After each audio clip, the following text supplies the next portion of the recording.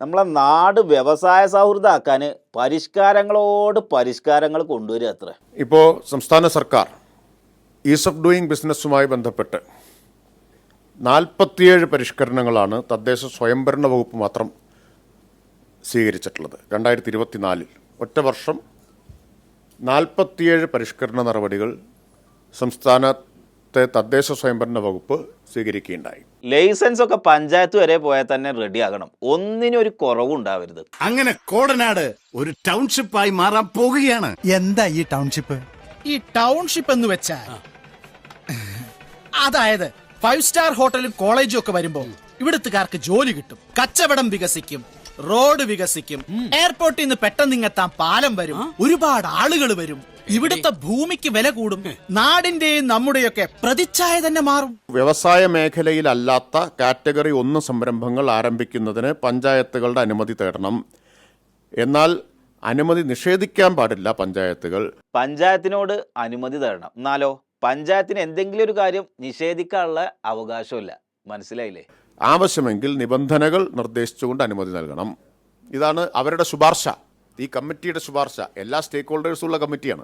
സംരംഭകർ ഒന്നുകൊണ്ട് ബുദ്ധിമുട്ടരുത്, പ്രത്യേകിച്ച് ബ്രൂവറി ഒക്കെ തുടങ്ങാൻ വരുന്നവര്. ഇവിടെ വ്യവസായ മേഖലയല്ല, ഈ എലപ്പുള്ളി പഞ്ചായത്തിൽ ഇതുവരെ അത്തരം ഒരു മേഖലയില്ല. പിന്നെ ഇത് മദ്യ കമ്പനിക്ക് വേണ്ടിയല്ലേ ഇത്തരം ഒരു വ്യവസായ മേഖല കാറ്റഗറി 1 കൊണ്ടുവരുന്നത്. ഇതിനെ അങ്ങനെയാണോ മന്ത്രി എലപ്പുള്ളിയിലെ കാര്യം? ഇവിടെ ഈ താഴെ കീഴ്പ്പാടത്ത് നിന്റെ ഈ ലഘുലേഖാ വിതരണവും ബോധവൽക്കരണവും ഒന്നും വേണ്ട കേട്ടോ. അതിന് ഞങ്ങൾക്ക് ഇവിടെ ഒരു പഞ്ചായത്ത് പ്രസിഡന്റ് ഉണ്ട്, വിശ്വനാഥ പണിക്കർ. അപ്പൊ സംസ്ഥാനത്ത് ഇനി മുതൽ വ്യവസായത്തിന്റെ കാര്യത്തിൽ ആകെ മാറ്റങ്ങൾ വരാൻ പോവുകയാണ്. ഭൂമി പരന്നതാണെന്നാണ് സാങ്കല്പികത്വം. അന്ന് പഠിപ്പിച്ചതും ഭൂമി പരന്നതാണ്, ഇന്നതാണോ പഠിപ്പിക്കുന്നത്? അപ്പറഞ്ഞ മാറ്റം നമ്മൾ കാണാതെ പോകരുത്. അങ്ങനെ വരുമ്പോ എലപ്പുള്ളിയിലെ കാര്യത്തിലും നമുക്ക് ഇടപെടാലോ അല്ലേ? ഇടപെടാമേ. പഞ്ചായത്തുകളുടെ ലൈസൻസിന് പകരം രജിസ്ട്രേഷൻ മതിത്രേ. വ്യവസായ മേഖലയിലല്ലാത്ത കാറ്റഗറി 1 സംരംഭങ്ങൾ ആരംഭിക്കുന്നതിന് പഞ്ചായത്തുകളുടെ അനുമതി തേടണം. എന്നാൽ അനുമതി നിഷേധിക്കാൻ പാടില്ല പഞ്ചായത്തുകൾ. ആവശ്യമെങ്കിൽ നിബന്ധനകൾ നിർദ്ദേശിച്ചുകൊണ്ട് അനുമതി നൽകണം. ഇതാണ് അവരുടെ ശുപാർശ. ഈ കമ്മിറ്റിയുടെ ശുപാർശ എല്ലാ സ്റ്റേക്ക് ഹോൾഡേഴ്സും ഉള്ള കമ്മിറ്റിയാണ്.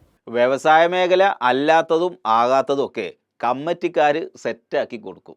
അത് എനിക്ക് പറയാനുള്ളത്, കോടിക്കണക്കിന് രൂപ അഴിമതി വാങ്ങിയതിന്റെ കൂറാണ് മന്ത്രി ഈ പ്രഖ്യാപനത്തിലൂടെ ജനങ്ങളുടെ മുന്നിൽ അവതരിപ്പിക്കപ്പെട്ടിരിക്കുന്നത്. ടൗൺഷിപ്പ് കമ്മിറ്റി ഇപ്പൊ രൂപീകരിച്ചതേ ഉള്ളൂ, ഞാനാ ട്രഷറർ.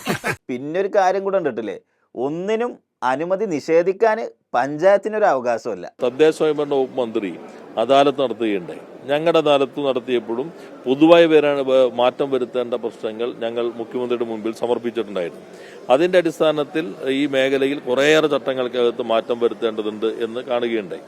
ആ ചട്ടങ്ങൾ മാറ്റം വരുത്തുമെന്നുള്ള ഇന്നത്തെ പ്രഖ്യാപനം വളരെ സ്വാഗതാർഹമാണ്. അങ്ങനെ കേരളം ഇനി വ്യവസായത്തിന്റെ ഒരു ഹബ്ബായിട്ട് മാറും. പഞ്ചായത്ത് ഭരിക്കണവർക്ക് ഇനി എന്താണ് റോള് എന്നും ചോദിച്ച് കൊടിയെടുത്ത് ഇറങ്ങാൻ നിൽക്കുന്നവരോടാണ്. പുതിയ റോളുകളൊക്കെ കണ്ട് ആർക്കൊക്കെ എന്തൊക്കെ റോള് കൊടുക്കണമെന്ന് ജനങ്ങൾ തീരുമാനിക്കും.